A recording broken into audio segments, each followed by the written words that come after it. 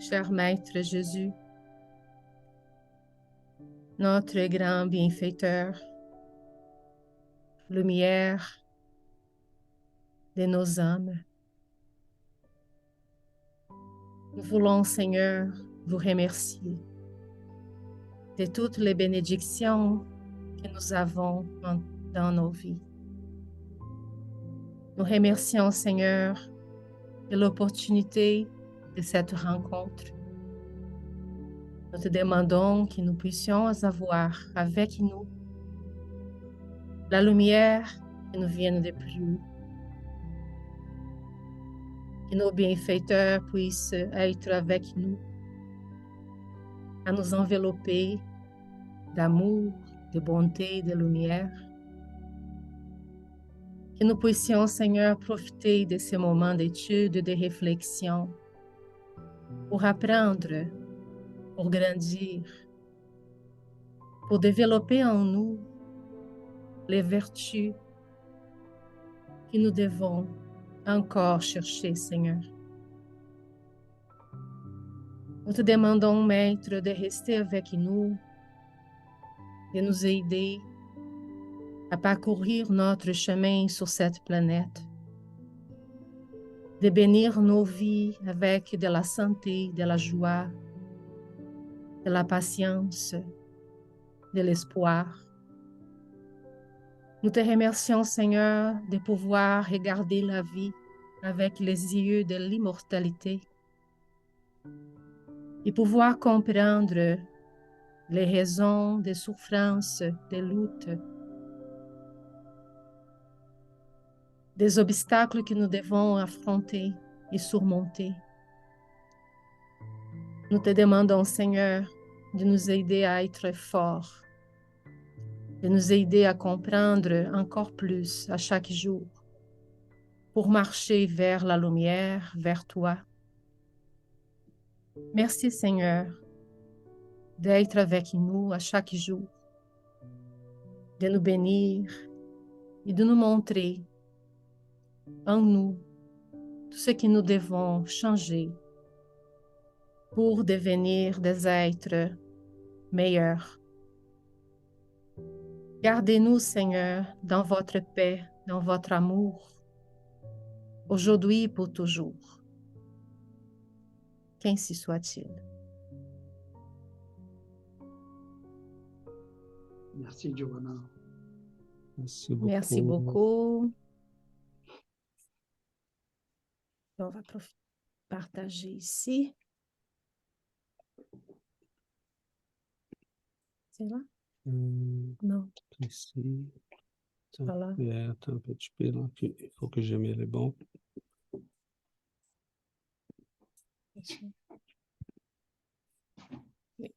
Est-ce que Christophe pourra commencer la lecture pour nous, s'il te plaît? Oui. On va juste partager ici. Merci Est-ce que beaucoup. ça va? Oui, là, ça va. Merci bien. Donc, le thème aujourd'hui, c'est la communication spirituelle. Question 6. L'esprit qui se communique par un médium transmet-il directement sa pensée ou bien cette pensée a-t-elle pour intermédiaire l'esprit incarné dans le médium? Réponse. C'est l'esprit du médium qui est l'interprète parce qu'il est lié au corps qui sert à parler et qu'il faut bien une chaîne entre vous et les esprits étrangers qui se communiquent, comme il faut un fil électrique pour transmettre une nouvelle au loin, et au bout du fil, une personne intelligente qui la reçoit et la transmet.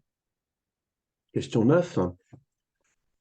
On conçoit qu'il en soit ainsi pour les médiums intuitifs, mais non pour ceux qui sont mécaniques. Réponse. Vous ne vous rendez pas bien compte du rôle que joue le médium. Il y a là une loi que vous n'avez pas encore saisie. Rappelez-vous que pour opérer le mouvement d'un corps inerte, l'esprit a besoin d'une portion de fluide animalisé qu'il emprunte au médium pour animer momentanément la table, afin que celle-ci obéisse à sa volonté. Eh bien, comprenez aussi que pour une communication intelligente, il a besoin d'un intermédiaire intelligent et que cet intermédiaire est celui de l'esprit du médium. Question. Ceci ne paraît pas applicable à ce qu'on appelle les tables parlantes, car lorsque des objets inertes comme des tables, planchettes et corbeilles donnent des réponses intelligentes, il semble que l'esprit du médium n'y soit pour rien. Réponse. C'est une erreur. L'esprit peut donner au corps inerte une vie factice momentanée, mais non intelligente. Jamais un corps inerte n'a été intelligent. C'est donc l'esprit du médium qui reçoit la pensée à son insu et la transmet de proche en proche à l'aide de divers intermédiaires. Question 10. Il semble résulter de ces explications que l'esprit du médium n'est jamais complètement passif. Réponse. Il est passif quand il ne mêle pas ses propres idées à celles de l'esprit étranger. Mais il n'est jamais absolument nul. Son concours est toujours nécessaire comme intermédiaire, même dans ce que vous appelez médium mécanique. Allan Kardec, le livre des médiums. Merci beaucoup, Christophe. Merci. Les prochains textes, c'est communication spirituelle. Conjecture sur les messages des esprits et regret qu'ils ne s'expriment pas à un degré transcendant de révélation. Vous n'avez pas tort. Cependant, il est important de noter l'existence d'obstacles considérables ou transmission intégrale des désincarnés. Selon les principes de la syntonie, il existe une véritable loi pour les communications spirituelles. Plus les manifestants est évolué, plus la manifestation est difficile. Si l'esprit habite des régions supérieures de la spiritualité, les obstacles auxquels il est confronté pour soutenir sa propre évidence sont presque insurmontables. Il ne trouve pas de moyens d'analogie pour exprimer ce qu'il y ressent. Il ne dispose pas de ressources pour exposer des sujets étrangers ou quotidiens, tels que des expressions inconnues, des hommes, des phénomènes ignorés par eux, des systèmes et des processus d'apprentissage dont personne dans la chair n'a encore rêvé. Et combien de fois l'esprit aspire à aborder un sujet spécifique et suscite seulement un pâle germe de réalité dans l'esprit de celui qui l'écoute? Comment exprimer l'émotion d'un amour ou d'un idéal de beauté sans aucun point de référence sur Terre? Des couleurs, des sons et des images qui dépassent les sens humains? Si l'on avance un peu dans les comparaisons, cela devient fantaisiste pour celui qui dit: si l'on économise des concepts, on obtient uniquement des caricatures vagues du sujet en question. Comment révéler l'arc-en-ciel à un aveugle de naissance? Comment analyser la symphonie pour celui qui a pénétré les berceaux dans l'épreuve de la surdité absolue? Comment expliquer les cerveaux électroniques ou cerveaux sauvages? C'est pourquoi l'esprit sublimé non seulement rencontre d'énormes obstacles pour s'y dépeindre dans les domaines physiques, mais reconnaît également les risques auxquels il s'expose en essayant des révélations sans support dans le langage terrestre, qui, au lieu d'éclairer l'objectif recherché, peut amplifier la mécompréhension, accident qu'il combat. Il en résulte une multitude d'enregistrements et d'informations médiumniques plus accessibles, sans prétention d'originalité, non seulement d'esprits liés encore à la culture médiane, mais aussi d'entités extrêmement élevées qui, en examinant les difficultés et en respectant les situations, se conditionnent aux éventualités pour être, autant que possible, plus simples. La lumière du soleil est une énergie créatrice proportionnellement répartie dans la croûte de la planète. Mais si nous concentrons imprudemment quelques rayons à un certain point du monde, la force qui assure la vitalité peut provoquer l'incendie qui favorise la mort. Par conséquent, la révélation spirituelle transmise doit se graduer convenablement, car dans n'importe quelle province de l'univers, la sagesse de la vie n'admet ni expérience sans base, ni enseignement sans gradation. Un texte de Ubaldo Ramalhit, psychographie de Valdo Vieira, dans les livres Semeur de Retour. Et rapidement, j'ai Dominique et Christophe. Est-ce que vous comprenez là la première phrase? Parce que c'est pas moi qui la traduis, j'ai utilisé l'intelligence artificielle. Conjecture sur les messages des esprits et regret qu'ils ne s'expriment pas à un degré transcendant de révélation. Dans les textes en portugais, ça serait comme tu conjectures, tu réfléchis, Est-ce que, comme elle est écrite en français là, ça serait clair pour vous? Oui. C'est correct? Ah, super. Oui, je dirais oui. J'ai eu des doutes là si je devrais mettre un tu ou... Non, je dirais c'est bon. C'est bon? Ah, ok. Merci beaucoup. Merci. Et je ne sais pas si Jonathan est disponible là. J'aimerais qu'il nous lise Laisse-moi voir si je l'ai ici. Ce texte-là, ça va me servir pour l'introduction. Ici, Jonathan, est-ce que tu pourrais les lire, s'il te plaît? Tu veux pas que je traduise? Non, les lire même en anglais. We have to realize that a great part of reality, and certainly not the least important part, is open to us. Only in a way completely different from that in which objects, such as the number of corpuscles and the design of a tissue, are accessible. To grasp these other realities, to state truths about their existence in nature, we must actualize, as it were, another intellectual key. Dietrich von Hildebrand. Merci beaucoup. Là, je sais que je te mets dans les trous parce que tu viens avec le cerveau préparé pour parler français. Bon, il faut s'y rendre compte j'ai mis les deux en français et en anglais parce que Yeah, okay, yeah. Okay. Veux-tu le lire? Il faut se rendre compte qu'une grande partie de la réalité, et certainement pas la moindre, ne nous est ouverte que d'une manière complètement différente de celle dans laquelle des objets tels que le nombre de corpuscules et la structure d'un tissu est accessible. Pour saisir ces autres réalités, pour énoncer des vérités sur leur existence et leur nature, nous devons actualiser, pour ainsi dire, une autre clé intellectuelle. Dietrich von Hildebrand, c'est un philosophe.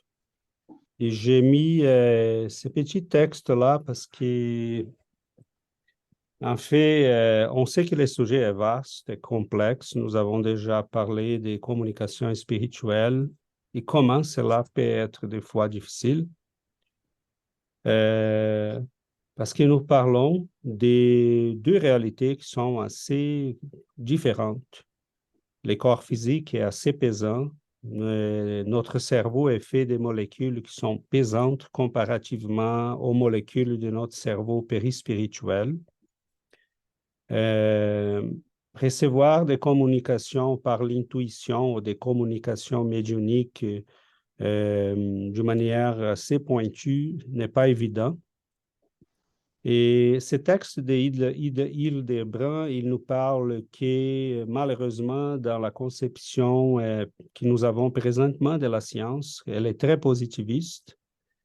Et nous essayons d'appliquer à des phénomènes comme celui dont on va parler aujourd'hui, des méthodes qui sont propres à l'analyse d'un tissu, à des molécules dans un labo, mais qui ne s'appliquent pas vraiment à la nature des phénomènes que nous sommes en train d'étudier. Évidemment que la science peut évoluer, qu'elle peut nous aider à comprendre tout ça un jour, mais elle est très en arrière par rapport à ça. Et Hildebrand n'est pas en train de parler de spiritisme, il est en train de parler de la nature humaine, de la capacité de compréhension des choses, comment nous saisissons, ce que nous saisissons. Il est en train de parler de la destinée humaine, il est en train de parler de la joie, de la tristesse, que la science essaye d'appliquer à ces phénomènes, des mesures des labos, des mesures statistiques, des choses comme ça, qui ne s'appliquent pas vraiment à ce genre. On ne peut pas comprendre ce genre de phénomènes humains. Je peux mesurer le cerveau au moment que la personne est triste et je vois là qu'il y a des zones qui sont ombres. Mais ça me dit quoi, ça, de la tristesse? Qu'est-ce que cela me dit de la joie? Je peux mesurer les taux d'hormones d'une personne qui est heureuse, mais je ne peux pas dire qu'est-ce que c'est la joie et être heureux. Donc, sont des méthodes qui, c'est pas, on n'est pas rendu là encore.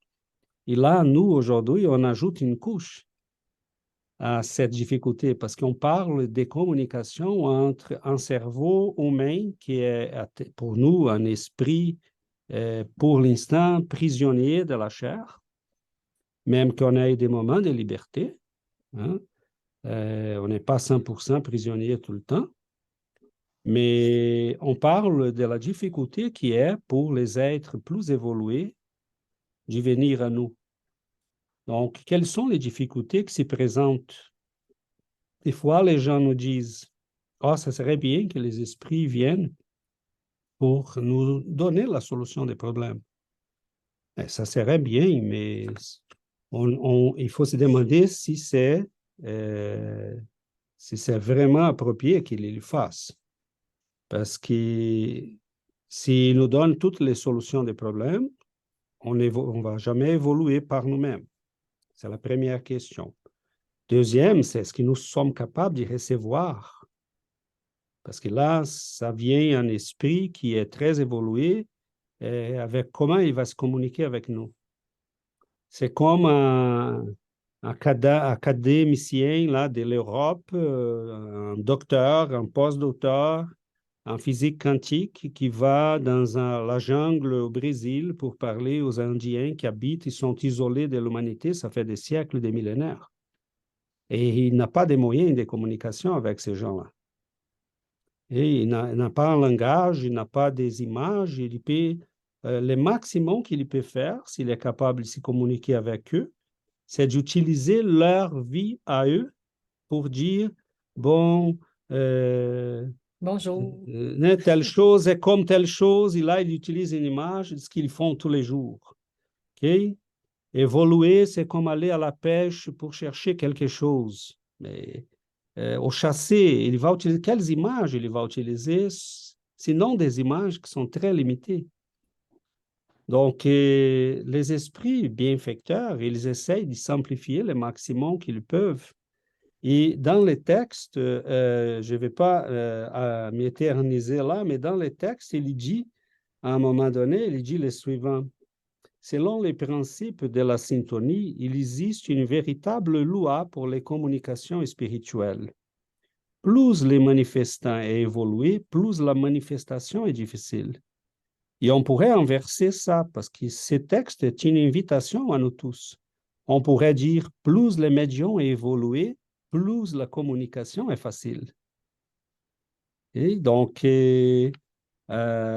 pourquoi nous avons des difficultés? Bon, parce que capter la pensée des esprits qui sont autour de nous, les gens pourraient nous dire, César, mais je ne remarque pas ça. Mais c'est clair qu'on ne remarque pas. Parce que la pensée qui nous arrive est pareille à la nôtre. Je ne remarque pas vraiment de différence. Sauf là, s'il arrive quelque chose dans ma tête, et bon, tu vas prendre là un fusil et tu vas tuer tout le monde. Là, je dis, oh, qu'est-ce qui se passe là avec moi? C'est pas habituel. Mais la majeure partie des pensées qui nous arrivent à chaque jour sont dans l'univers des choses qu'on connaît. parce qu'ils sont des esprits qui sont semblables à nous. Donc, c'est pour ça que le spiritisme va nous dire, si on veut que quelque chose de différent nous arrive, il faut aussi faire un effort.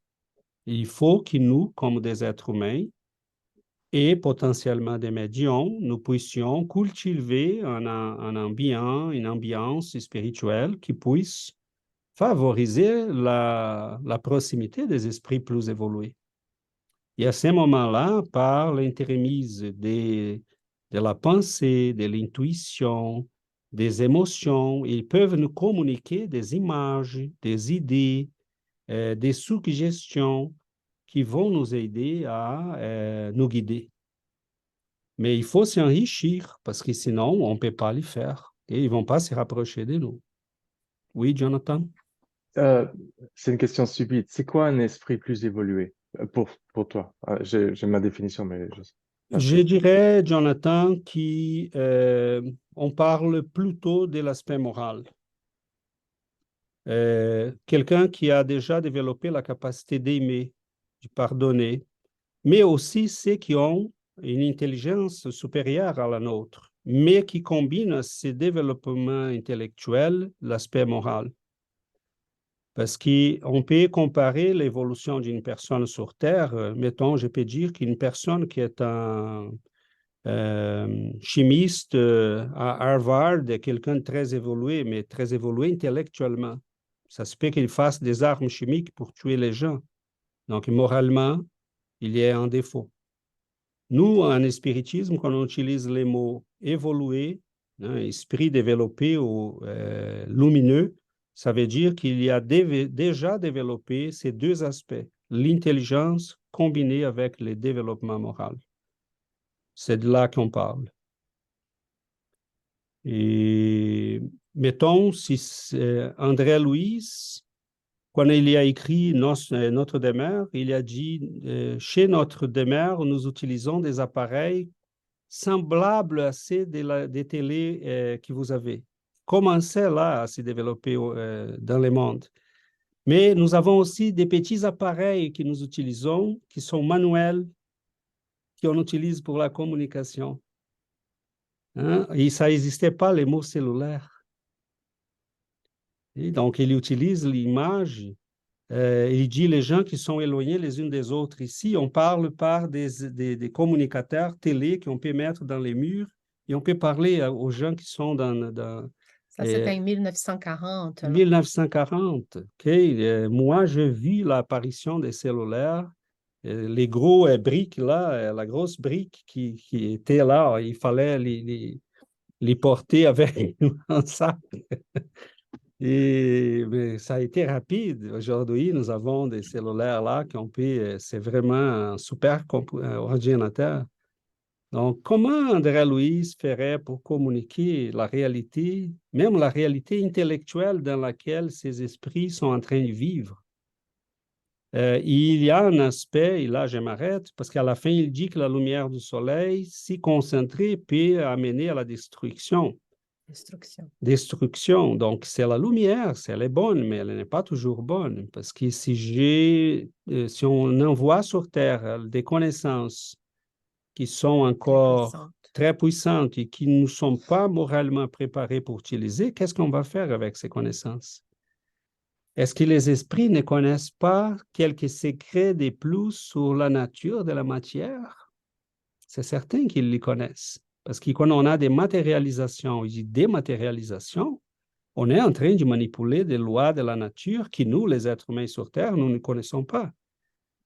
Hein, les matérialisations qui ont eu lieu avec Yvonne Pereira, avec Chico, Peixotinho, en Europe, plusieurs, hein, on a eu en Europe au 19e, début du 20e siècle, on a eu des dizaines de grands médiums, des matérialisations. Les esprits qui s'y matérialisaient, les matérialisations de Kate King, que William Crookes a pris en photo et tout ça. Est-ce que William Crookes, en étant un physicien, prix Nobel, et c'est certain qu'il se demandait, mais c'est quoi ça? Comment ça se passe, ça? Quelle est la nature des connaissances qui sont derrière tout ça? Mais si les esprits nous expliquent comment matérialiser et dématérialiser la matière, qu'est-ce que nous allons faire avec ça? Hein, avec la haine que nous avons encore sur cette planète. Ah, on va dématérialiser nos ennemis. Et on va les rendre la poussière. Et est-ce qu'on hésiterait à le faire? Peut-être pas. Okay? Donc, c'est pour ça que des fois, les esprits, ils attendent que nous puissions arriver à un développement moral convenable, minimalement des bases pour qu'ils puissent nous transmettre des connaissances supplémentaires. Il y a des études qui montrent aujourd'hui, il y a quelques médecins et chercheurs, cela a commencé avec le docteur Marlène Nobré, qui sont en train d'explorer l'œuvre d'André Louis et ses aspects scientifiques innovateurs. Et ils trouvent des choses là géniales, OK? Pour la médecine, pour la psychiatrie, pour la physique. André Louis a dévancé la médecine sur plusieurs aspects. Le cerveau triunitaire là, qui est apparu aux États-Unis aux années 60, fin 70, début 80, était déjà dans l'œuvre d'André Louis. Okay? Il va apparaître comme une théorie scientifique. Aujourd'hui, quand on parle là du cerveau limbique, du cerveau tel, mais tout cela était déjà dans l'œuvre d'André Louis. Et ces médecins-là, ils ont été surpris de tout ça parce qu'au moment qu'André Louis a écrit ça, on disait c'est un peu fantasieux. Donc, on a là un double effort. Les esprits peuvent faire un effort pour venir à nous, mais on doit faire un effort aussi pour devenir plus évolué parce que ça va favoriser les communications. Mais cela nous donne une dimension de la complexité de la chose. Okay? Des fois, on veut se communiquer avec les esprits, mais on ne s'y rend pas compte qu'on est déjà en train de faire parce que la pensée qu'on reçoit, c'est pareil à la nôtre. Donc, nous pensons que sommes nous autres qui sommes en train de penser. Et très souvent, c'est comme dans les livres des esprits nous dit, sommes nous autres qui vous guidons. Nous vous menons, ce sont les esprits qui nous mènent. Okay? Et nous ne nous rendons pas compte, mais parce que c'est semblable à nous. Donc, là, il faut faire un pas de plus vers le haut pour qu'on puisse arriver à recevoir des communications plus subtiles. Et des bonnes pensées. Et des bonnes pensées qui vont nous guider, qui vont nous éclairer les chemins, qui vont nous aider dans les moments difficiles. Sinon, on va être toujours en contact avec notre propre pensée. Okay? Donc, je vous ouvre là. Fabio, après Yuri. En fait, c'est plutôt une question. Mais, si je comprends bien, on peut être influencé, nous, comme personne. Alors, pour les esprits, bons et mauvais, pour notre esprit, vraiment, je pense que notre propre esprit nous influencie avec notre pensée et notre cerveau. C'est un peu comme ça qu'on est influencé, par exemple. Je ne sais pas si je m'exprime bien. Quel genre d'influence, quand on pense quelque chose, cette pensée qu'on vient peut venir d'autre esprit, peut venir de notre esprit et un peu de notre cerveau aussi. Est-ce que c'est un peu comme ça qu'on doit différencier nous penser qu'on passe quelque chose dans notre tête, vous comprenez? Ça pourrait être venir de moi-même, de mon cerveau, peut venir de mon esprit et peut venir d'un autre esprit ailleurs, bon ou mauvais. Est-ce que c'est plus ou moins comme ça quand on parle des pensées? Il y a un petit démêlé un peu avec les mots, Fabio. Quand tu penses, c'est pas ton cerveau qui pense, c'est toi qui penses. Et tu pourrais dire mon esprit, mais dire mon esprit, c'est comme dire moi-même. Parce qu'on fait cette distinction parce qu'on s'identifie plutôt avec notre corps. Mais quand on dit j'ai un esprit, en fait, on devrait dire je suis un esprit. Okay? Donc, c'est plutôt une question des mots-là qu'on utilise des fois de manière inappropriée. Mais quand tu penses, ton cerveau n'est qu'un instrument. Il n'a pas une influence de ton cerveau. ton cerveau a un rôle à jouer parce qu'il sert comme un intermédiaire entre notre pensée, moi comme esprit, le monde. Et il n'est qu'un instrument. Donc, quand Il on peut pas reçoit tout seul. l'influence... Comment? Le cerveau ne peut pas lui-même faire quelque Non, chose. non. Le cerveau n'est qu'un instrument. Et quand tu penses, c'est toi qui penses. C'est Fabio, l'esprit Fabio. Et quand tu reçois une pensée, elle arrive en premier, pas à ton cerveau, mais à ton périsprit. Okay? Parce que là, on parle de la transmission de la pensée. Et la science a déjà constaté que cette transmission s'y donne. Parce que dans la parapsychologie, ils ont déjà fait des milliers de tests pour dire oui, il y a une transmission de la pensée.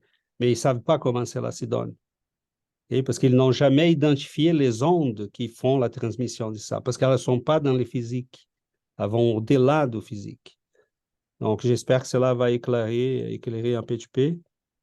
Ça va? Oui, je comprends. Ça veut dire que sans l'esprit, vraiment, bon, c'est logique si on pense maintenant. C'est ça, c'est pas Sans le l'esprit, cerveau, c'est Fabio, l'esprit Fabio qui est en train de penser. le Ta cerveau pensée va peut se transmettre à d'autres personnes si elles sont dans la même fréquence que toi et tu recevras des influences, des pensées qui sont dans la même fréquence que la tienne. Okay? Mais pour que cela arrive, mettons, pour que Fabio me dise qu'est-ce qu'il est en train de recevoir, cela arrive à ton périsprit, à ton corps spirituel. Tu vas les transmettre à ton cerveau et à ta bouche. Et là, j'écoute ce que tu me dis. Okay? Mais le cerveau et les corps physiques ne sont que des instruments de notre esprit. Ça va? Merci. Yuri, après Dominique et Jonathan. Bonjour, bon matin. Non, c'est ça que le texte il nous parle de cette difficulté de transmettre l'information. Moi, je l'ai vu lorsque nous faisons nos travaux médiumniques. C'est vraiment très marquable parce que quand c'est le moment de transmettre les messages de nos frères et sœurs qui sont plus dans le besoin, qui on peut dire inférieurs comme moi, la transmission est très facile pour moi. Et lorsque ça arrive le temps du temps de bienfaiteur, là, j'ai beaucoup de difficultés et je sens les chocs d'énergie. Je sens comment mon esprit essaie des fois, je pourrais même dire comme de s'échapper parce que la différence de syntonie est différente, hein, est très différente, est très marquable pour moi. Donc, j'ai beaucoup de difficultés à transmettre le message des esprits plus élevés. À chaque fois, c'est mieux. Quand j'ai commencé, c'était encore pire, mais maintenant, ça va, de plus en plus, ça va. Donc, moi, je les vis à tous les semaines et je vois cette différence-là, cet obstacle-là que nous, on représente pour nous bienfaiteurs. Et quand il parle de ce principe de syntonie, ben, c'est à nous, comme tu as parlé, c'est ça, c'est une invitation, ce texte-là, pour nous syntoniser avec ces énergies plus supérieures. Et là, ça me fait penser à l'esprit de la vérité quand il nous dit, hein, instruisez-vous, ou quand Jésus nous dit, apprenez de moi. Donc, il y a une invitation tout le temps à cette éducation. C'est pas seulement l'éducation intellectuelle, l'éducation morale. Donc, ça nous appartient à nous comme spirites. Ces deux instructions de l'esprit de la vérité, aimez-vous et instruisez-vous, ça nous appartient. Alors, notre développement moral, je pense que c'est un travail que nous devons faire pour collaborer avec nos bienfaiteurs. Parce que, tu sais, c'est vraiment une nécessité pour nous de nous cultiver, de nous éduquer et de faire attention à nos pensées, à notre cœur. Merci. Merci beaucoup, Yuri. Dominique. Oui, merci César. Bonjour à tous. Le sujet est vraiment très complexe. Et moi, j'ai du mal à assimiler certains mécanismes de la médiumnité. Mais bon, ça viendra parce que à l'époque, avec le spiritisme et encore maintenant, on a beaucoup de difficultés sur certains sujets. Mais César, l'un des buts principaux de chaque âme incarnée sur Terre, et de progresser, devenir meilleur. Et donc, de ce fait, lorsqu'on a épuré toutes ces grossièretés qui nous collent au corps et qui nous clouent à la terre, nous évoluons, nous montons ces stades vers les sphères supérieures. Je voudrais prendre l'exemple et on s'allège. Donc, on allège notre périsprit, on se dématérialise. On s'allège. Je voudrais prendre l'exemple de Jésus, qui est un esprit supérieur et qui est venu sur terre. Et on ne connaît pas les mécanismes complexes pour inverser le processus afin que l'esprit supérieur puisse se communiquer à nous. Et en fait, on peut se poser cette question que tout n'est pas réversible. Et tu l'as expliqué, en fait, que nous ne sommes pas à leur niveau. C'est comme si on demande à un vélo de rattraper une voiture à vitesse égale, ça serait peut-être possible, mais à une lancée grâce à la vitesse de la voiture, le vélo, c'est impossible de le rattraper. Donc, cette question, on se la pose tous, pourquoi on n'arrive pas à avoir des communications d'esprit supérieur et pourquoi, d'ailleurs, tu l'as posé, pourquoi la recevoir? Est-ce que c'est nécessaire? Parce que nous avons tant à évoluer, tant à faire. Et voilà, c'était une question que je me posais. Maintenant, j'ai une question concernant, Yuri parlait de ça un petit peu, recevoir une communication de soutien et de courage dans une réunion médiumnique, d'espérance, est-ce que ça tient de l'évolution morale et intellectuelle du médium? OK, Dominique, prenons là, avant d'aller à la deuxième question, prenons le temps là de réfléchir un peu, parce qu'il t'a inversé un peu l'exemple que tu donnais. En fait, les choses peuvent être réversibles. Quand on est plus évolué, on peut revenir. Ce qu'on ne peut pas faire, c'est quand on est moins évolué, aller. Quand je suis au secondaire, je ne peux pas aller à l'université, mais les gens qui sont à l'université, ils peuvent venir à mon niveau pour m'en parler. Ils peuvent réduire leur conversation à mon niveau. Hein? Il y a des gens qui sont habiles suffisamment pour faire ça. Donc, quand un esprit comme Emmanuel ou André-Louise ou Léon Denis vient à nous et réduisent leur vibration pour qu'ils puissent s'y rapprocher de nous, dès qu'ils voient la volonté, l'effort. Donc, un vélo ne peut pas rattraper une voiture, mais la voiture peut s'arrêter ou ralentir pour que le vélo puisse, pendant quelques secondes, être à côté de lui pour qu'on puisse se dire quelque chose. Il a la voiture poursuit son chemin. Donc, les esprits qui ont une vibration supérieure, ils peuvent venir à nous. Hein? Jésus apparaît à des personnes qui sont loin de lui. Il voit loin de lui. Padre Pio, ça apparaît à des personnes, il n'a jamais quitté sa ville, il y apparaît à Rome. Saint Afonso va au Portugal libérer son père. Barçanufo et se déplace pour secourir des gens qui en ont besoin. Donc, les esprits qui ont une vibration plus élevée, ils peuvent revenir et nous aider. Ils peuvent influencer la matière parce que sa vibration est plus élevée. La vibration élevée tient précédence sur la vibration moins élevée. Mais je ne peux pas faire le contraire. Donc, si on n'avait pas cette possibilité, ça ne serait pas possible qu'on apprenne quelque chose, parce que les esprits ne seraient jamais capables de nous donner quelque chose. Donc, Moïse, mettons, il était un grand médium, ou d'autres grands médiums qui sont apparus dans l'histoire, mais on voit des phénomènes là, c'est comme si les esprits disaient, nous voulons vous communiquer quelque chose, écoutez-les. Et si on ne l'écoute pas, ils vont apparaître, ils vont se matérialiser, ils vont l'écrire sur la pierre. Phénomène que nous, dans le spiritisme, nous comprenons très bien aujourd'hui. Quand les esprits supérieurs décident qu'ils vont se communiquer avec nous, ils peuvent le faire. Et, sauf que si ils décidaient de faire ça à tous les moments pour nous éviter les pépins, les troubles, les problèmes, là, on n'aurait plus de liberté. Il ne respecterait pas notre droit d'y grandir, d'évoluer, de commettre des erreurs. Il serait en train de briser notre liberté.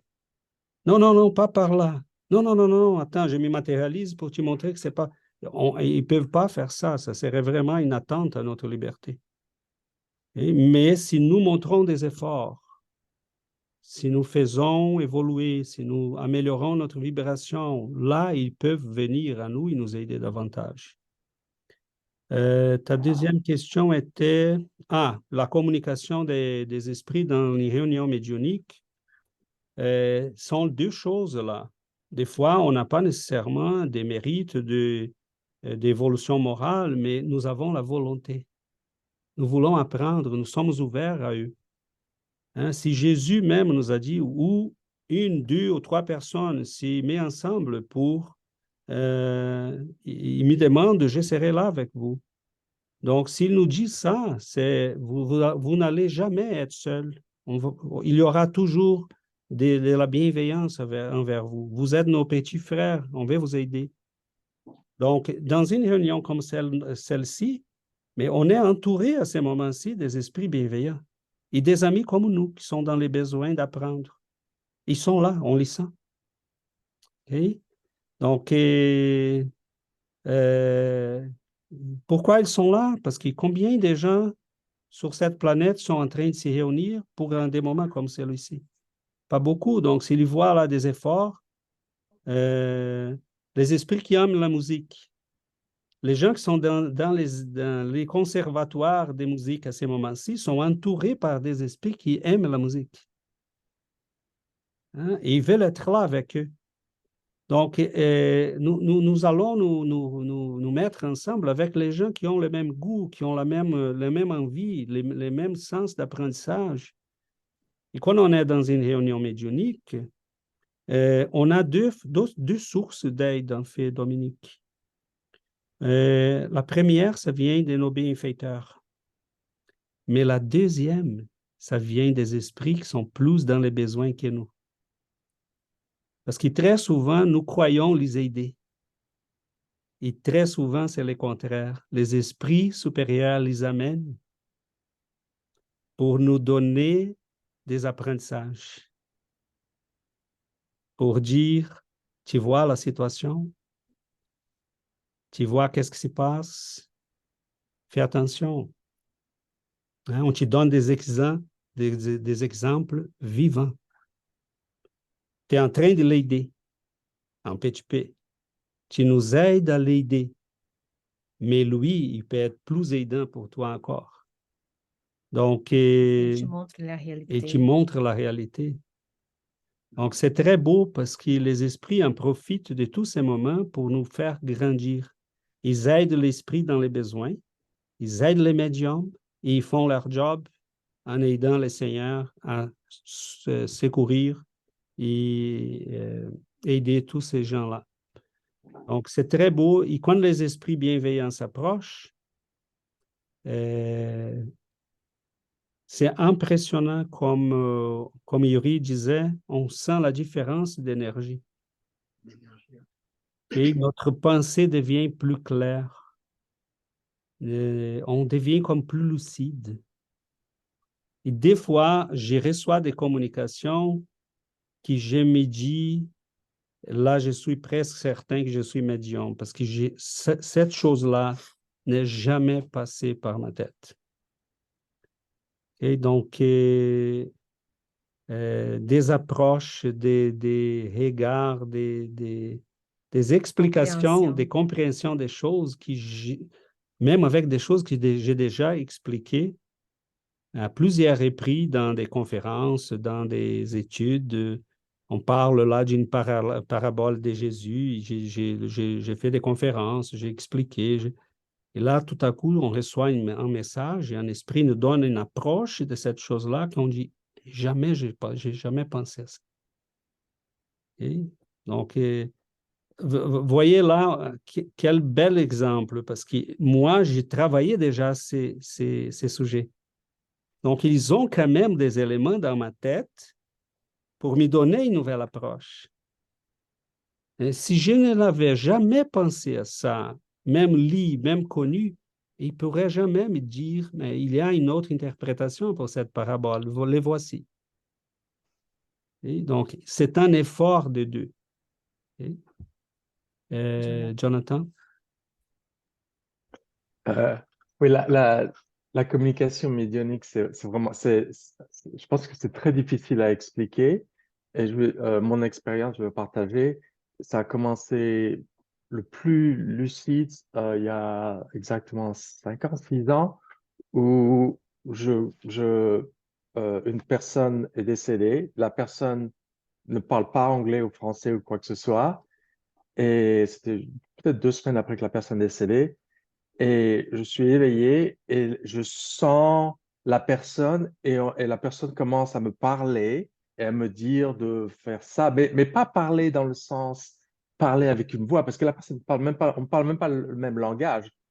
On a un lien parce que je connais la fille de la personne et la personne interagit avec moi. Je pense qu'elle interagit deux fois, mais vraiment, je peux pas expliquer comment est-ce que c'est pas une personne que j'ai vue, c'est une personne que mon corps sentait. Et c'est intéressant parce que tu viens juste de dire il y a quelques minutes, ça m'a fait penser maintenant, la raison pour laquelle cette personne a communiqué avec moi, c'est pour dire, et c'est ce que j'ai fait dans le passé, pour dire à sa fille que sa mère est bien. Je pense qu'elle voulait me dire que ne t'inquiète pas, je suis bien, etc., etc., etc.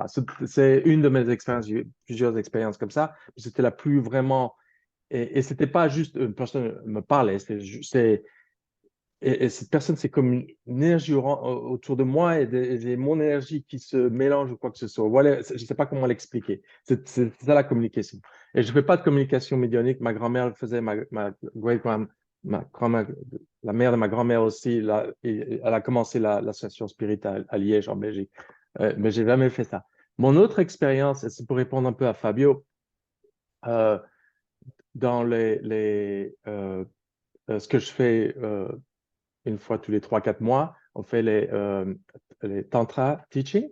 C'est on mélange notre âme avec une âme d'un esprit supérieur, God, semi-God.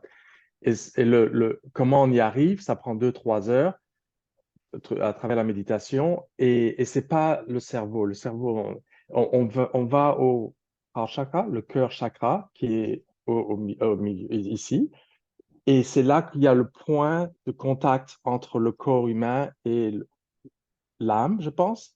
Et quand on arrive à ce point-là, c'est là qu'on mélange notre âme avec une âme d'un demi-dieu ou Dieu ou quoi que ce soit bouddhique. Et je pense que pour moi, je pense que c'est au lieu de chercher une explication, oh, comment est-ce que je peux communiquer avec des esprits, etc. Juste, est-ce que je peux juste leur parler, etc. Je pense pas que c'est la réponse. Je pense que c'est plus, euh, c'est plus une façon d'être et une façon et c'est plus, et c'est comme tu l'as expliqué, c'est pas mon esprit qui est dans ma tête, ma pensée. C'est moi, je suis un esprit et comment est-ce que je peux trouver le point de contact où mon corps est détaché et où mon esprit peut maintenant merger aisément avec un autre esprit supérieur. Je le fais tous les 3-4 mois et ça marche pour moi et c'est et, et, et, et maintenant j'ai peace of mind. Mon esprit est tranquille. J'ai développé ma faith, ma croyance en faisant ça et je m'inquiète plus de rien. C'est juste en faisant ces exercices je ne sais pas si c'est des communications spirituelles ou quoi que ce soit, mais ce que je vais expliquer, c'est que je sais pas, pour moi, la communication spirituelle, c'est avec d'autres esprits, c'est mélanger mon esprit, mon âme avec d'autres esprits bienveillants. Mais c'est pas par la tête, c'est à ce point de contact qu'on appelle le corps chakra, qui est juste à la connexion entre l'esprit et le corps. C'est une explication que j'ai développée moi-même, que je n'ai pas lu dans aucun livre. C'est juste que j'adore avec le spiritisme et le bouddhisme, je ne veux pas trop en parler, c'est que c'est très logique, c'est très scientifique. Les gens ont passé des centenaires à expliquer des choses logiquement au lieu de nous dire, oh, tu dois juste croire et aller à l'église tous les dimanches. C'est vraiment scientifique, c'est vraiment prouvé et j'ai l'expérience. C'est mon expérience. Bon, c'est super, merci beaucoup, Jonathan. Et j'ai compris ça parce que je disais là, Jonathan essaye de mettre dans des mots son expérience à lui, basée sur son vécu dans le bouddhisme. C'est très légitime, même qu'on puisse l'expliquer. Tu verras avec le temps, en lisant le spiritisme un peu plus, tu verras que ce n'est pas si... L'esprit a dit à Allan Kardec, dans la question que Christophe nous a lu tantôt, qu'il y a même là des lois qu'on n'a pas saisies encore. Okay? Et il ne faut pas s'inquiéter pour ça, ça va venir. On a des choses bien plus importantes qui comprennent toute la technique. Cependant, je te dirais, Jonathan, au fur et à mesure que tu vas commencer à lire certains livres, il y a même un auteur brésilien qui s'appelle Pastorinho, et il prend un peu l'approche d'André Louise et il explique là la médiumnité basée sur la physique. Ce qu'André Louise fait dans les livres, les mécanismes de la médiumnité aussi. Okay? Et basiquement, pour simplifier pour tout le monde, pour nous tous, les communications s'y passent au niveau du périsprit. Nous avons un corps physique, nous avons un corps périspirituel qui, quand on dort, mettons, ou quand on a de la médiumnité, peut se détacher plus facilement ou subir une expansion plus facilement, qui, pour les personnes qui ne sont pas médiums, mais nous avons tous les corps périspirituels.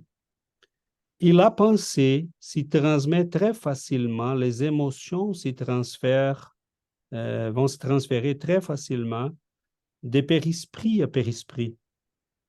C'est comme on peut imaginer, comme si nous étions dans une piscine. J'ai encore fait des périsprits, de l'eau. Je suis dans l'eau et l'autre personne a encore fait de l'eau. Donc, quand elle bouge l'eau, je sens parce que je suis fait de la même matière. Quand elle la pense, elle a fait bouger le milieu dans lequel mon périsprit et les siens, sont plongés. Donc, la communication médiumnique, c'est en fait une communication qui se fait au niveau des périsprits. Donc, quand tu approches d'un esprit par les chakras du cœur, tu es en train d'utiliser ton émotion, la compassion.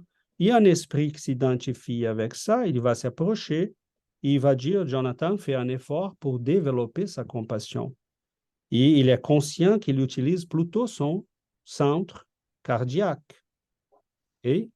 Mais le spiritisme va nous dire qu'on est connecté cellule à cellule avec notre corps physique. Mais c'est là où on rentre dans la technicalité. Pour l'instant, on n'a pas besoin de ça. Et il y a, oui, une mécanique.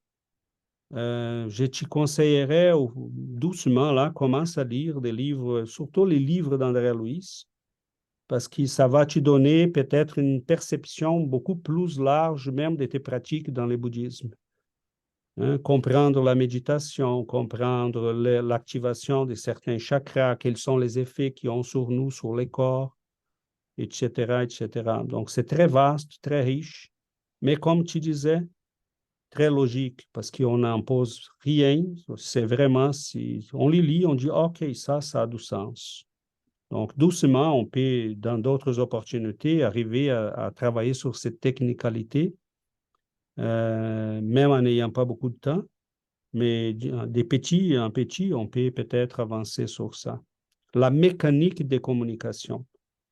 Mais même là, disons, il y a beaucoup de choses qu'on ne sait pas encore. Dominique? Oui, merci César. Mon cerveau fuse de questions. cette semaine, en travaillant, j'ai écouté le témoignage d'une sœur qui a fait une NDE et qui était médium, qui s'appelle Vanina Cherinsky. Et j'ai pas compris à un moment, sa première NDE, quand elle l'a décrit, elle a fait cette sortie de corps parce que elle a accompagné sa grand-mère qui voulait se faire un dernier café avant, ou une tisane avant de se coucher. Et puis, elle est allée à un grand lampadaire. Elle était pieds nus sur le carrelage et elle a posé ses mains justement là où il y a l'ampoule qui était plus. Mais par contre, le lampadaire était branché, donc elle a pris une énorme décharge électrique et elle décrit cette sortie de corps. Et ma question vient à ce qu'elle a décrit en voyant sa grand-mère, donc son corps est au-dessus, son âme est au-dessus de son corps, son esprit est au-dessus de son corps. Sa grand-mère est, est perturbée par ce qui est arrivé. Et donc, les énergies qu'elle dégage, cette Vanina Cherinsky décrit qu'ils étaient rouges parce qu'elle sentait, elle voyait l'anxiété de sa grand-mère. Et quand sa grand-mère parlait d'amour, réveille-toi, on t'aime, en parlant au corps de la petite fille, qui avait 14 ans, je crois, mes souvenirs sont bons, les couleurs étaient roses. Et voilà, qu'est-ce que tu peux nous dire de ça, César, de ces couleurs qui sont vues par certains médiums, autres que les vibrations que l'on ressent? Merci, César. Super, Dominique. Et j'en profite parce que vous voyez là la richesse de tout ça, mon Dieu, hein, c'est immense. Et j'en profite pour, Jonathan parlait de l'apparition d'une personne et de la manière dont il se communiquait avec cette personne. On ne parlait même pas la même langue. Et c'est très beau dans les NDE, et on va revenir sur... j'en profite parce que ça rejoint les deux. Les gens qui ont subi des NDE vont nous décrire ça. J'ai parlé avec cette personne, et là, les chercheurs lui demandent, tu parlais avec tes lèvres, là? Il dit, non, j'ai parlé, mais je ne sais pas, que je ne peux pas dire comment ça se passe. Il pensait, je savais qu'il pensait, je pensais, il savait qu'est-ce qu'il me répondait. Il dit, c'est une communication que je ne comprends pas. Là, comment tu voyais les choses? Je voyais en 360 degrés. Donc, ça veut dire que quand nous venons sur Terre, nous avons pris le temps de spécialiser les corps physiques pour que je puisse avoir un organe pour la vision, un organe pour écouter, un autre pour parler. Mais nous n'avons pas vraiment ça dans les mondes spirituels. Quand on arrive dans les mondes spirituels, le conditionnement nous fait encore croire que nous écoutons, que nous parlons, que nous voyons avec les yeux, les oreilles, la bouche, mais ce n'est pas ça. Et les NDE montrent que ça va beaucoup plus au-delà de ça. Okay? C'est merveilleux parce qu'on voit là une immensité de choses qu'on va découvrir. Quand j'ai quand même, à un moment donné, un bienfaiteur nous disait, Dieu est créatif, César. Penses-tu que vous êtes à la fin, là, au moment que vous allez arriver au maximum de l'évolution de la planète, comme Jésus, tu crois que c'est fini? Ce n'est que le début. Okay? Parce qu'on ne connaît rien là. On a la physique de notre monde, la chimie de notre monde, on ne la connaît pas. Imaginons des autres mondes, des mondes spirituels, plusieurs niveaux des mondes spirituels. Il y a une immensité de choses à découvrir. Il a dit que Dieu est créatif. Il a rempli l'éternité. Il a rempli notre éternité. Il faut être créatif pour remplir l'éternité. Il nous a créés éternels. Bon, il faut remplir cette éternité. Et ça, c'est très beau, parce qu'on aura toujours à apprendre, à découvrir, à faire. Mais pour revenir, il y a, Dominique, dès le temps des Bozano, ils ont pris même en photo, il y a un livre de Bozano qui s'appelle Pensement et volonté, si je ne me trompe pas, Pensée et volonté. Et ils ont photographié les pensées des gens qui étaient en rage, qui avaient les sentiments de l'amour, et non seulement photographier, parce que là, c'est difficile, parce qu'il faut avoir des médiums qui produisent de l'ectoplasme, parce qu'ils vont imprégner les images qu'ils ont dans la pensée dans l'atmosphère spirituelle, périspirituelle. Sont les créations, comment on dit là les mots, idéoplastie. Et sont les créations de notre pensée, quelque chose que tu penses assez souvent, elles vont s'y étamper dans l'atmosphère spirituelle de ton périsprit. Et les esprits qui arrivent à côté de nous, ils voient ça. C'est pour ça qu'ils savent exactement qui nous sommes, qu'est-ce que nous pensons. Mais pas tous les esprits, ceux qui ont notre niveau d'évolution ou qui sont plus évolués que nous, évidemment. Et Bozano va décrire même les sentiments en disant la rage, elle se déplace comme des rayons, là, comme des éclairs d'une couleur rouge au noir. Les médiums décrivaient pour lui ces émotions et qu'est-ce qu'ils voyaient. Et ils ont réussi quelquefois à photographier parce qu'ils avaient des médiums qui avaient la possibilité de produire de l'ectoplasme. Et les énergies qui se dégagent de nous, mais ces énergies-là, comme il dit dans les textes que nous avons lus, comment décrire l'arc-en-ciel pour une personne aveugle? Là, il utilise deux images que nous comprenons. Mais c'est pour nous dire comment décrire la variété des couleurs que nous avons ici, si vous ne connaissez qu'un mélange de sept. C'est ça qu'il veut dire. Donc, nos pensées, nos émotions, tout ça a de l'odeur, de la couleur, de la force, de l'énergie. C'est très riche, ça.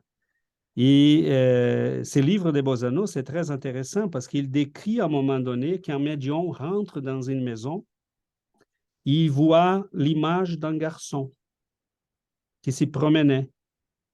Mais la médium dit, elle disait, il a comme l'air pas vivant. Et ils interrogent la personne qui habitait encore ou qui avait habité. Et elle a dit, comment c'est cet enfant-là? Et la médium l'a décrit. Et là, elle a dit, ah, c'est mon fils, ou était le fils de la madame qui habitait là.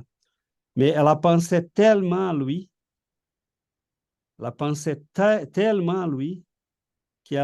son image était élaborée dans les plans spirituels et elle s'y promenait. C'est une création mentale. Donc, cela nous ramène, Dominique, à des lois très, très, très sérieuses. Et je pense que les gens qui vont arriver un jour peut-être à nous écouter, j'espère qu'ils soient si bien intentionnés que nous. Parce qu'on parle là des lois qui sont utilisées, mettons, dans certains processus qui peuvent être libérateurs ou qui peuvent nous emprisonner.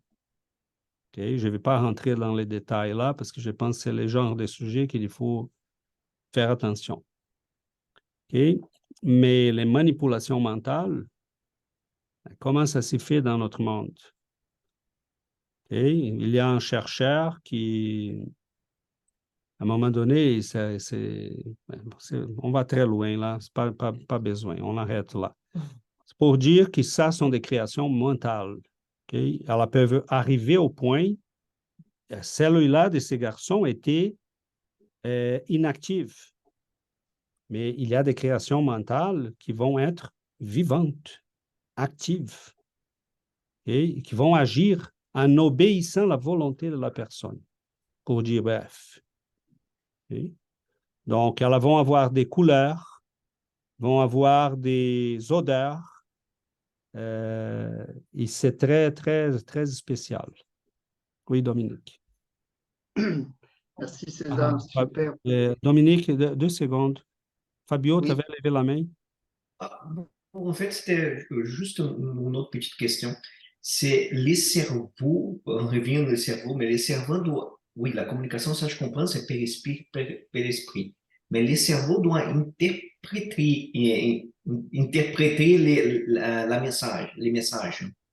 Alors, est-ce que lui, le cerveau peut, il joue aussi des choses pour nous? Par exemple, mon esprit a parlé quelque chose, mais notre cerveau n'a pas bien interprété pour nous et nous, on a compris d'autres choses qu'on va parler. Est-ce que le cerveau doit jouer quelque chose là-dedans aussi ou pas? Est-ce que je vais te donner peut-être un exemple parce que je vois là que tu travailles pour se détacher d'une conception matérialiste, en fait. OK, c'est pas grave, OK? C'est complexe, ce sujet-là. C'est normal d'avoir des difficultés. Mais est-ce que la télé interprète les messages qui arrivent? Est-ce que ta télé te dit, attends là, Fabio, je viens de recevoir là une émission et je crois que tu ne devrais pas la regarder parce que c'est pas bon. La télé est l'instrument. Ton cerveau est un instrument qui interprète, qui dit, qui pense, qui imagine. C'est pas ton cerveau, c'est toi, Fabio, l'esprit. Okay? Le cerveau, il peut jouer un rôle. Évidemment, si l'instrument de communication n'est pas bon, ou il est brisé, ou il y a des défauts, c'est là qu'on promet les messages, okay? Parce qu'on ne peut pas la transposer. Quelle est la difficulté? Je donne un exemple, Fabio. Quelle est la difficulté pour se rappeler de nos rencontres spirituelles pendant le sommeil? La difficulté, c'est qu'on les a vécues avec un corps qui est léger. Léger. Un cerveau qui est léger. Okay? Le cerveau de périsprit est beaucoup plus agile que celui du corps physique. Là, quand on revient à notre corps, on va les vibrations étaient comme ça dans les très intenses dans le périsprit. Là, il s'y colle au physique et il commence à faire comme ça. Il arrive comme ça et là, tout à coup, il fait comme ça. Donc, tous les messages qui étaient ici dans la vibration intense arrivent tout un petit peu là dans le cerveau. Parce qu'on n'est pas capable de transmettre entre ces deux corps-là toutes les informations. Et ça, c'est voulu comme ça, parce que sinon, on aurait là trop d'informations tout le temps. On serait en train de vivre deux vies dans une seule. Ça serait dangereux pour la majeure partie des gens. Donc, le cerveau n'est pour rien. Il n'est qu'un instrument. Il n'interprète pas. C'est toi qui interprètes. Tu fais un rêve ou tu reçois un message, une image. Ce n'est pas ton cerveau qui interprète. C'est toi qui interprètes. Ton cerveau n'est qu'un instrument. Comment on sait qu'il n'est qu'un instrument? Parce que tu continues de penser qu'on il dort. Tu continues, les gens qui ont eu des morts et qui sont revenus, les NDE, ils étaient dans l'hôpital, le cerveau était à plat, aucune onde, et ces gens-là ont eu des rencontres, ont eu des conversations, et là, ils étaient capables de se rappeler parce qu'ils sont dans une condition spéciale. Mais si le cerveau avait un rôle là, plus que d'être un instrument, on ne serait pas capable de continuer de penser, de vivre, de communiquer, d'avoir de nouveaux apprentissages au moment qu'on est détaché, nouveaux apprentissages au moment qu'on est détaché du corps. Donc, j'espère que ce soit un peu plus clair. Ça va? Mais il faut là travailler pour se détacher de cette conception-là. Oui, c'est ça. Tu fais beaucoup des fois là ton cerveau. Il n'est pour rien, en fait. Parce que je comprends un peu que c'est que Fabio, peut-être que des fois on oublie les choses et on pense si c'est l'esprit qui pense tout le temps, pourquoi on oublie certaines choses? Pourquoi des gens qui sont nuls dans le monde? Parce que là, on rentre dans la question de la mémoire, si j'ai bien compris ton intervention. La mémoire... Par exemple, un handicapé mental, son esprit est là, mais il n'est pas capable de s'exprimer, il n'est pas capable de... Parce que là, l'instrument est brisé. Et c'est là que j'ai dit ça, j'avais déjà dit, si l'instrument est brisé, la communication est difficulté. Elle va elle va être compromise. Parce que là, c'est l'instrument. Mais est-ce que cet esprit-là, qu'on est ces questions-là ont été posées à Kardec. Hein? Là, il utilise les mots qui étaient propres à l'époque. Est-ce qu'il les idiots, parce qu'ils utilisaient ces mots-là pour les gens qui avaient des difficultés. Aujourd'hui, on dirait handicapé ou mentalement handicapé. Est-ce qu'une personne comme ça, elle est comme ça vraiment? Non. Okay? Elle a eu un problème dans son périsprit qui justifiait avoir ces problèmes dans le corps physique. Mais très souvent, ils comprennent tout, ils voient tout, ils sont capables de raisonner, ils ne sont pas capables d'exprimer parce que le cerveau est abîmé. Et c'est l'instrument de communication qui ne fonctionne pas. Et ça, c'est une épreuve difficile à vivre, qui a une raison certainement. Mais quand ils sont détachés du corps, et ils ont une vie parfaitement normale. Et encore plus, Fabio, Bozano va nous dire aussi, plusieurs autres chercheurs, la fille aveugle qui, quand mise en somnambulisme, voyait et décrivait les choses. Donc, l'organe est abîmé, le cerveau, la partie du cerveau qui travaille la vision est complètement effacée, mais la personne se détache du corps pendant un transe médiumnique et elle a décrit les gens, décrit les choses, décrit les couleurs que dans la vie de tous les jours, elle n'est pas capable d'y faire. Donc, là, on voit que le cerveau n'est qu'un instrument très spécialisé, très merveilleux, très élaboré par l'évolution, mais qui n'est qu'un instrument. Ce n'est pas le cerveau qui voit, ce n'est pas le cerveau qui parle, ce n'est pas le cerveau qui apprend, c'est l'esprit. Dominique? Oui, merci César. La dernière question, en fait, est-ce qu'on peut associer les couleurs perçues par le médium lors de cette NDE aux couleurs du chakra? Parce que souvent de fois, on apprend que les couleurs du chakra sont liées à certains organes vitaux de notre corps et de notre père-esprit. Et justement, cette sœur, Cherinsky, parlait de ces couleurs dégagées par les différentes énergies liées au sentiment de sa grand-mère. Est-ce qu'on peut lier ça aux couleurs du chakra? Sais-tu quelque chose, César? En fait, Dominique, pas vraiment. Parce qu'André Louise va nous dire les mots, c'est le périsprit est un corps, manteau des mental,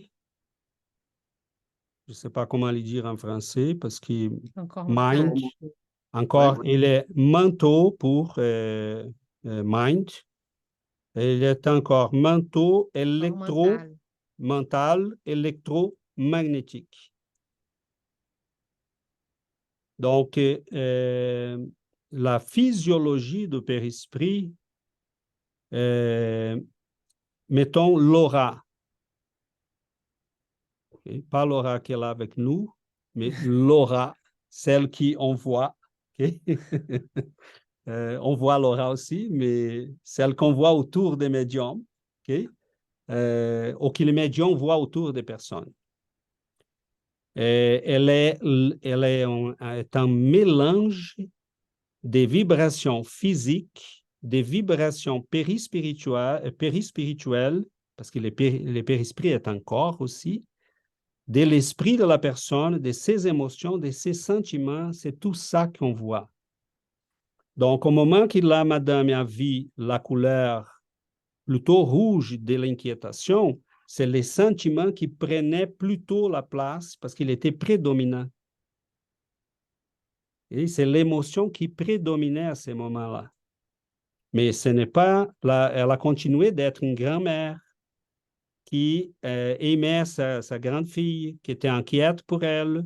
Et l'émotion qu'elle a manifestée à ce moment-là, c'était de l'inquiétude, de la panique.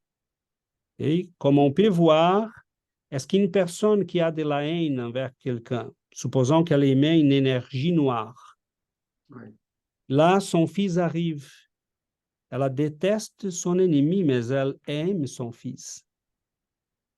Donc, on va avoir un mélange des couleurs autour de cette personne qui montre la qualité de ses émotions, pas nécessairement la couleur d'un chakra. Oui. Merci César. Oui. Donc,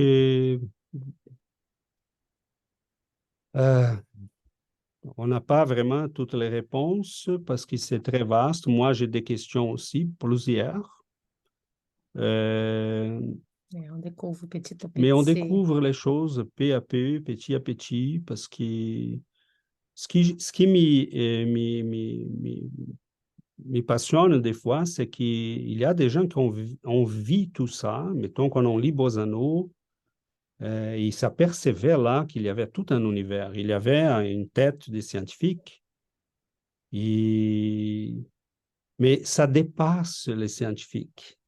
C'est ce qu'on revient là sur la phrase que Jonathan nous avait lue. Il faut activer, mettre en action d'autres organes, d'autres moyens de perception pour comprendre tout ça. Et il faut libérer notre pensée dans un univers que nous n'avons pas encore de la facilité à faire. Oui, Christophe. Merci beaucoup. Chers amis, je me pose tout le temps la question. Enfin, je me dis, on essaye de comprendre en fait la communication. Par exemple, on essaye de comprendre la communication avec des êtres supérieurs et quelle est la difficulté et tout. Mais je pense que pour faire facile, eh bien, si on essaye de parler dans la vie de tous les jours à quelqu'un d'un thème qu'il ignore ou qui est totalement nouveau pour lui, on aura une grande chance que ce soit rejeté. Et ce qui est normal. Et mais nous aussi, c'est pareil.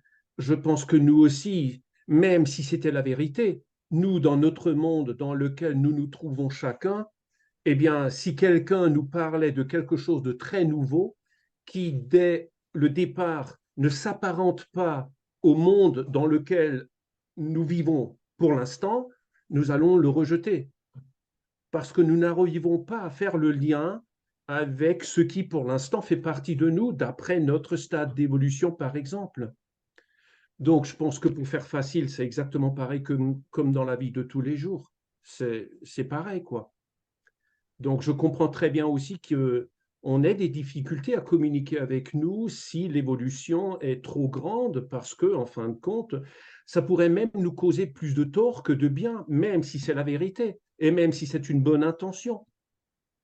Je pense qu'une certaine sagesse inclut automatiquement de savoir quoi dire, mais aussi de savoir quand ne rien dire, quoi. Et je pense que c'est pareil entre nous, sans aller plus loin, quoi. Voilà. Et ce qui m'est venu à l'esprit aussi, Fabio, si tu permets, pour moi, c'est quelque part facile dans le sens, quand tu sors de ton corps avec la question du cerveau. Je me suis longtemps posé cette question aussi. Mais c'est comme César disait, c'est vraiment qu'un instrument. C'est très facile, regarde. Quand tu sors de ton corps, eh bien, tu es exactement le même être, parce qu'en fin de compte, tu n'es pas ton corps. Mais là, en ce moment, tu es incarné, tu es dans ton corps. Donc là, s'il te plaît, lève la main droite. C'est grâce à ton cerveau que tu as pu faire cela.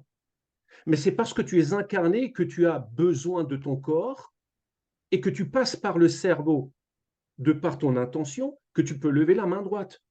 Mais le jour où tu te désincarnes, eh bien, tu pourras dire à ton corps, lève la main droite, tu n'y es plus dedans, tu ne le diriges plus. Ton cerveau, il est nul, on n'en a plus besoin alors. Il n'est pas plus ni moins, mais il est super important. Mais ce n'est pas plus, rien de plus, juste ça. Et c'est pour ça que quand le cerveau eh bien, ne fonctionne pas bien, comme César disait, je suis désolé, moi je dis un peu avec mes mots à moi, j'espère pouvoir aider. Hein. Quand voilà, la personne qui est dans un corps, mais dont le cerveau, en fin de compte, il est endommagé, bien sûr, elle ne peut pas s'exprimer comme quelqu'un dont le cerveau n'est pas endommagé. Mais bien sûr, quand elle est désincarnée, elle ne fonctionne plus au travers de son corps physique.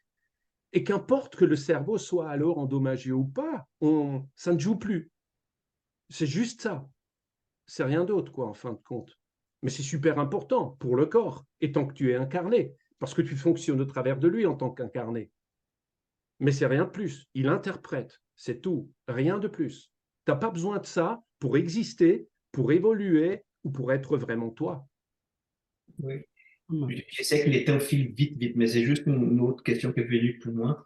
Mais par exemple, mon âme, j'ai déjà vécu, j'ai déjà eu des milliers de incarnations, j'ai oublié. Mais j'ai des connaissances aussi. Mais là, ça veut dire, c'est à cause de mon oubli que j'ai mon cerveau de pauvre, vous comprenez? Parce que, admettons, que une autre incarnation, j'étais médecin. Alors, aujourd'hui, je ne comprends rien de médecine, je déteste ça. Mais alors, à cause de ça veut dire mon esprit qui était programmé pour oublier, qui ne peut pas envoyer l'information pour mon cerveau sur les médecines que je savais au passé, par exemple. Sur les... Ton cerveau n'a rien à voir avec l'oubli de ton être. Il n'a rien à voir. Ton cerveau n'a rien à voir avec ça.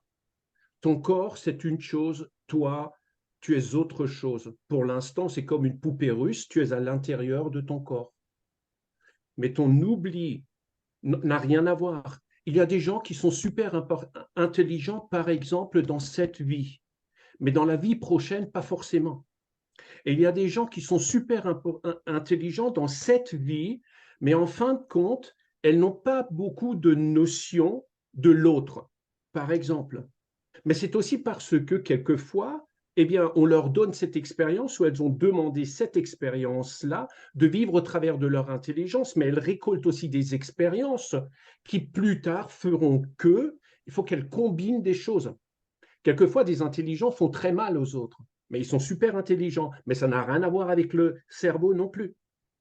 Mais le scientifique qui peut-être va disséquer ton cerveau va dire « Ah, je vois qu'il est intelligent. Il est préparé à te recevoir en tant qu'esprit intelligent. » Mais en fait, ton cerveau n'est pas intelligent. Ce n'est pas ton cerveau qui le fait. Il n'a rien à voir, ton cerveau, dans ton être propre. Il te sert simplement à t'exprimer au travers de ton corps. Rien d'autre. Voilà, merci Christophe. Merci, je suis désolé. Super, merci, c'est bien ça. Et peut-être, comme Fabio a dit, malheureusement, notre temps là, s'en va vite. Mais j'aimerais peut-être ajouter une dernière chose.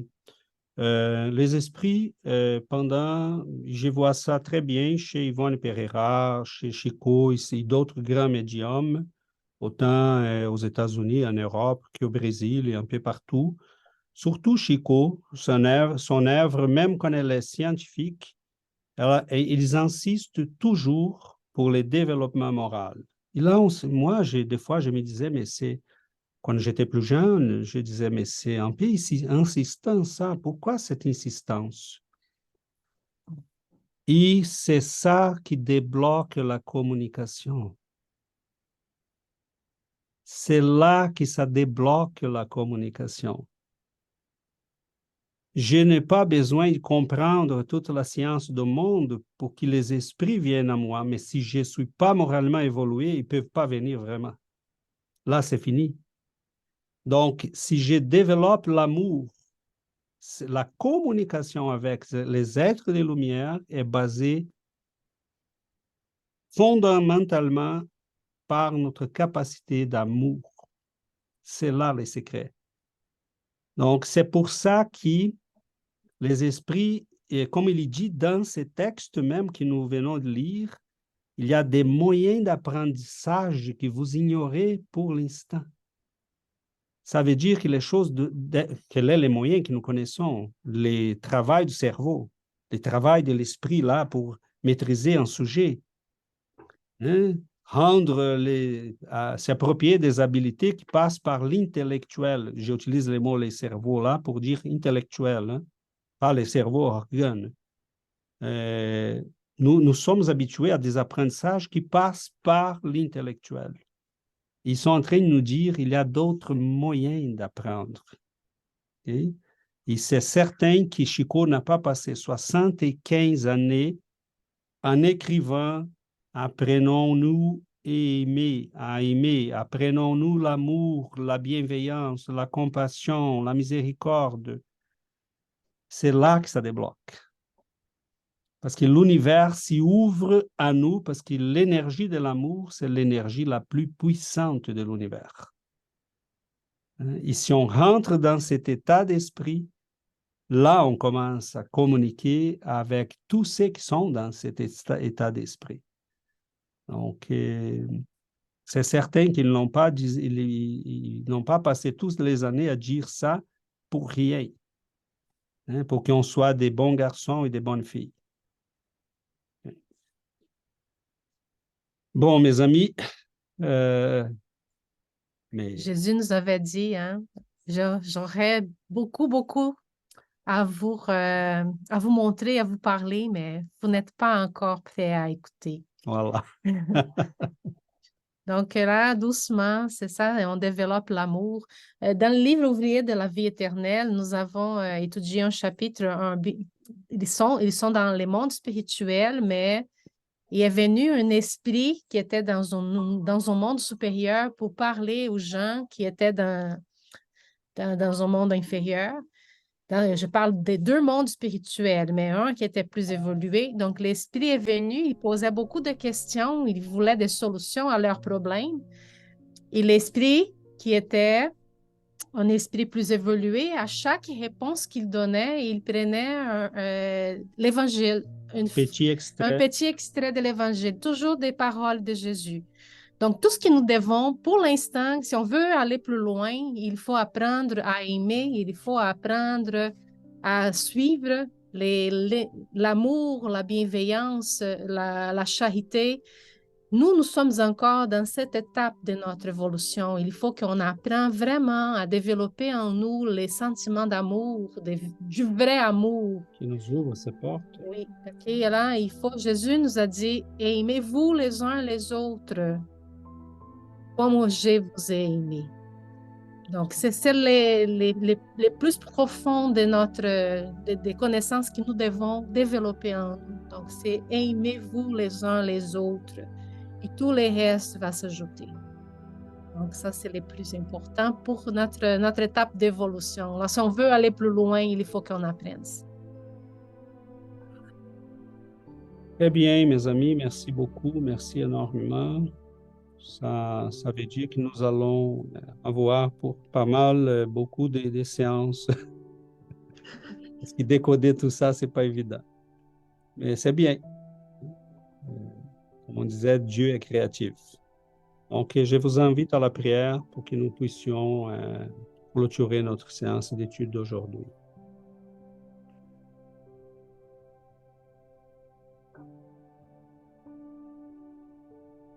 Chers amis, prions ensemble en s'y rappelant que la prière, c'est ces moments que nous nous disposons à la communication par la pensée, par les cœurs, par l'amour, avec ces êtres d'amour et de bienveillance, de lumière, qui s'approchent de nous, qui viennent à nous en ramenant à chacun de nous la lumière, la sérénité, la paix. Nous les ressentons, nous savons qu'ils sont là, ils s'approchent de nous, ils déversent sur nous cette lumière.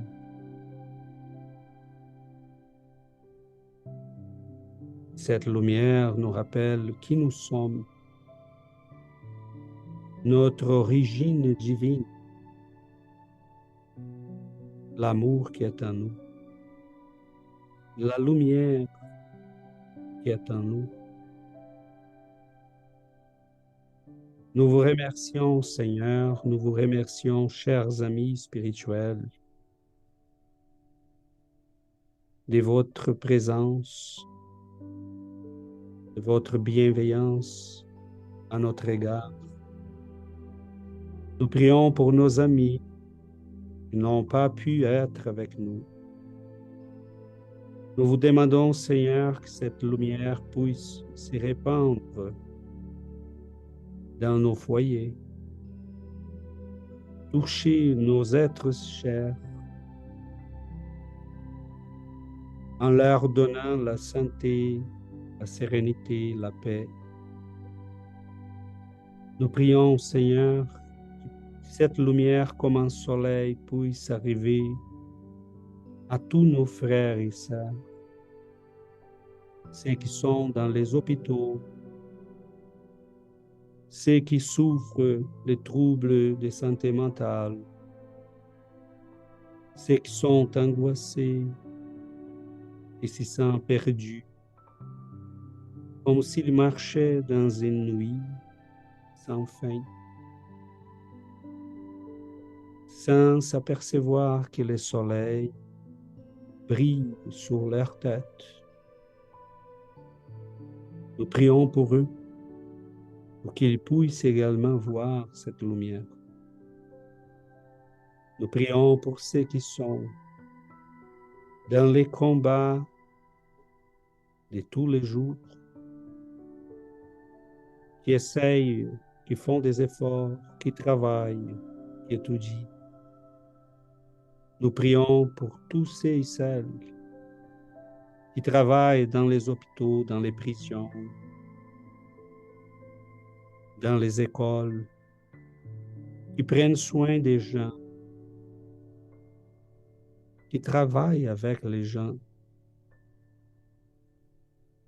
Nous prions pour qu'ils puissent, Seigneur, recevoir l'amour, la sérénité, la compassion, des énergies, leur donnant plus de bonne volonté, de santé.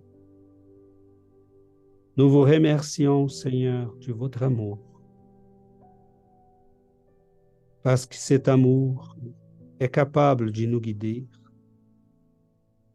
d'éclairer nos chemins. Et nous nous sentons des fois, Seigneur, il nous manque les mots pour vous dire combien nous sommes reconnaissants de ces présences d'amour qui sont autour de nous, qui nous embrassent pour nous assurer, pour nous soutenir, pour nous aider. Merci Seigneur, que nous puissions tous recevoir cette lumière. Recevez, Maître, notre gratitude, notre reconnaissance, la joie de nos cœurs. Merci de votre amour, de votre lumière.